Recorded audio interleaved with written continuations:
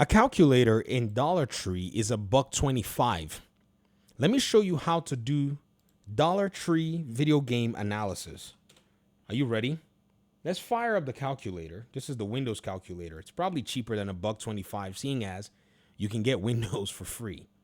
And then we're going to open PlayStation's business data and sales. This is their official publication where they tell you they're selling and sell-through numbers for their hardware.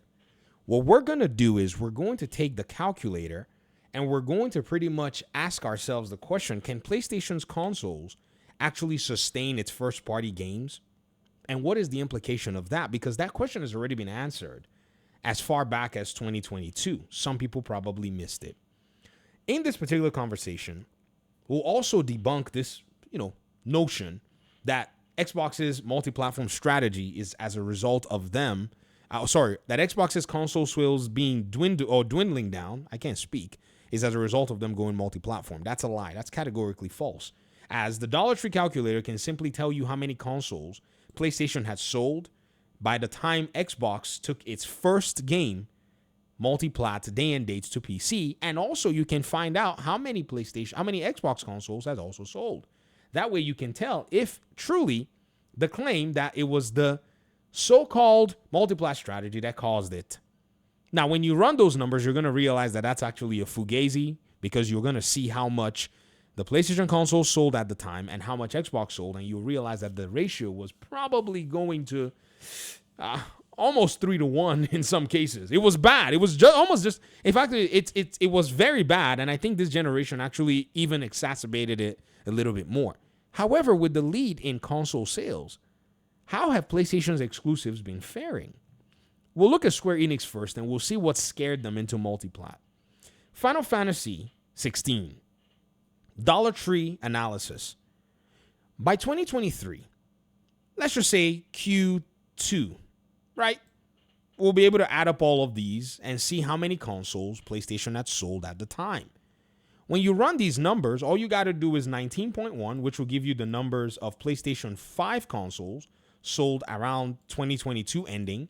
We're going to add 3.3 and 4.9 to end Q2. So plus 3.3 plus 4.9, right? 27 million PlayStation 5 consoles sold at the time. Plus 2021 and 2020. You thought I was going to forget that?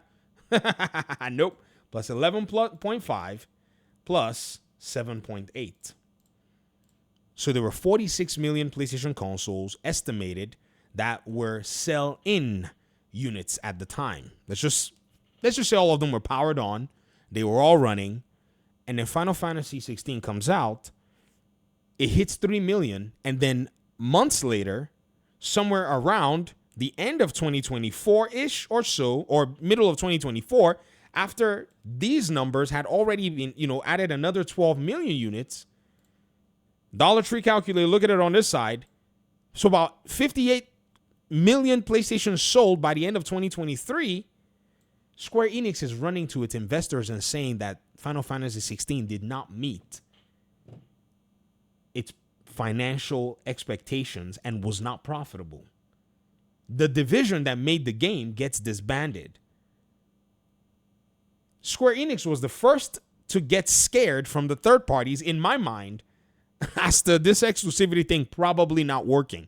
But I submit to you that PlayStation were probably the first to actually get the scare via my Dollar Tree calculation, meaning that we'd have to go back to 2022 when God of War Ragnarok was launched to see the available amount of PlayStation consoles that could play that game and how many copies the game sold.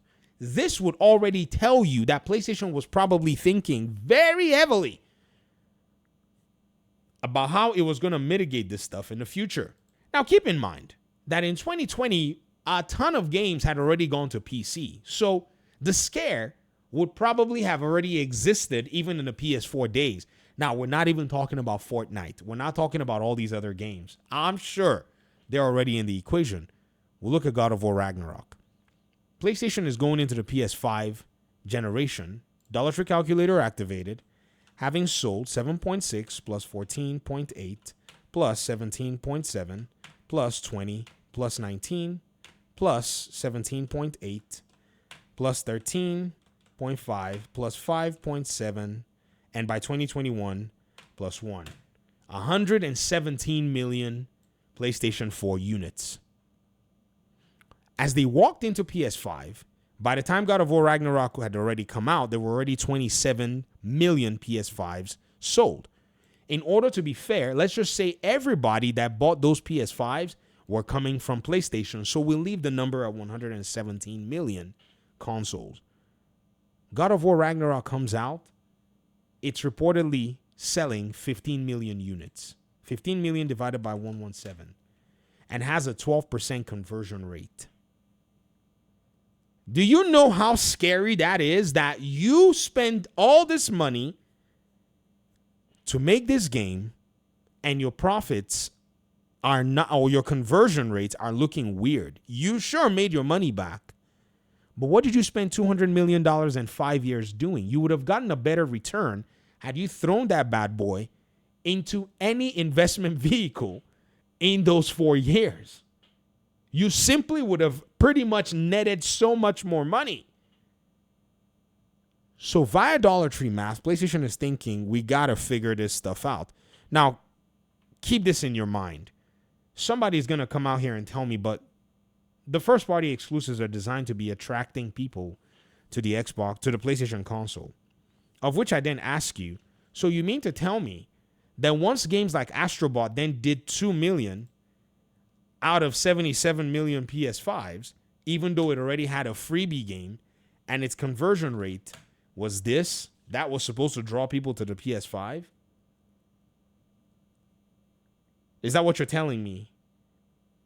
So you mean to tell me that PlayStation is basically wasting potential investment that it could have put somewhere else and yielded way more money after having then invested in a console that it sells at a loss? And by the way, even though there were reports at the time saying that the PS5 had just reached the point where it was no longer losing money, the digital version was losing money and was being compensated for by sales of the PlayStation 4 hardware. In fact, PlayStation no longer sold at loss. Let me show you this right here. There it is. This is the PC Magazine article written by Matthew Humphreys in 2021. He writes and says, here it is. There's a paragraph over here. He's no longer selling at loss. Typically, blah, blah, blah, blah, blah, blah, blah, blah, blah, blah, blah. And then he says this. However, there's still some work to do to make the cheaper $399 digital edition of the PS5 profitable. Right now, Sony says any loss made on that console is being offset through peripherals and continued sales of the PS4 console. So you mean to tell me after having made a console at a loss and put money in investing in games to potentially do this thing that many of you have been saying that it's designed to do, PlayStation would then leave time and investment on the table because they want to do what? Bring more people to buy the consoles? When majority of the people who are buying the consoles are not buying a lot of their games when they launch. Nintendo, on the other hand, people are buying the console to buy the games. They never really did face a lot of the third-party problems. And so, if anything, PlayStation was blowing all this money, in my opinion, thinking that this was going to somehow yield some increase. Maybe many of these games were already greenlit. They were in the middle of it. Maybe they have some significance. Xbox, on the other hand, stays conservative for many years, and people lambasted Xbox. 200 million on this game, 200 million on that game, 200 million on this game. Xbox in their own, right, they were acquiring all these studios, and I was wondering, and I said, well, thankfully they sold their games on PC. So they were making money there and keeping their studios, afloat. Yes, they were making money there. But PlayStation was having to pretty much push it alone until it got some sense and moved to PC. A Dollar Tree calculator, for those of you who may be in other parts of the world, you may not know what a Dollar Tree is. A Dollar Tree or a Dollar General, these are stores in America, in the United States, that sell majority of their items for $1. They do sell other items that are not $1, but they kind of bring you in there so that you can come in, window shop, and it's a weird scheme.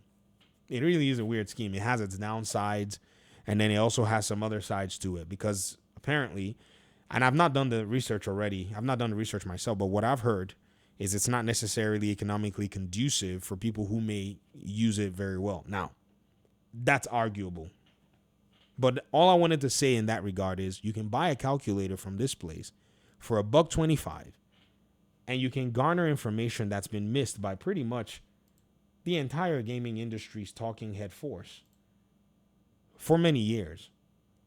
Do you know how many years they actually did miss all these data points and what they were pointing to? Like, do you know how many years they missed all of that? Do you know how many years they literally were writing articles, having interviews, making opinion pieces and all this while leaving publicly available data on the table? And all I did was I showed you one sheet and a calculator. That's all I did in this video. Just think about how easy it is for everyone to have been cognizant of what was going on in gaming. So now that the pivots and the shifts are happening, a lot of people are surprised. Because feigning ignorance has been very easy and cheap. Or has it been cheap? Because it's so expensive now. Do you know how many console war channels are gone because credibility is gone? Do you know how many people's content is going to now yield basically nothing because these people have not necessarily informed their audiences? When it would have been easy for them to basically do Dollar Tree level of business calculation to inform you on what was going on, what they were seeing. That's why Helldivers 2 is going to Xbox. Comment section. Thanks for watching. Peace out.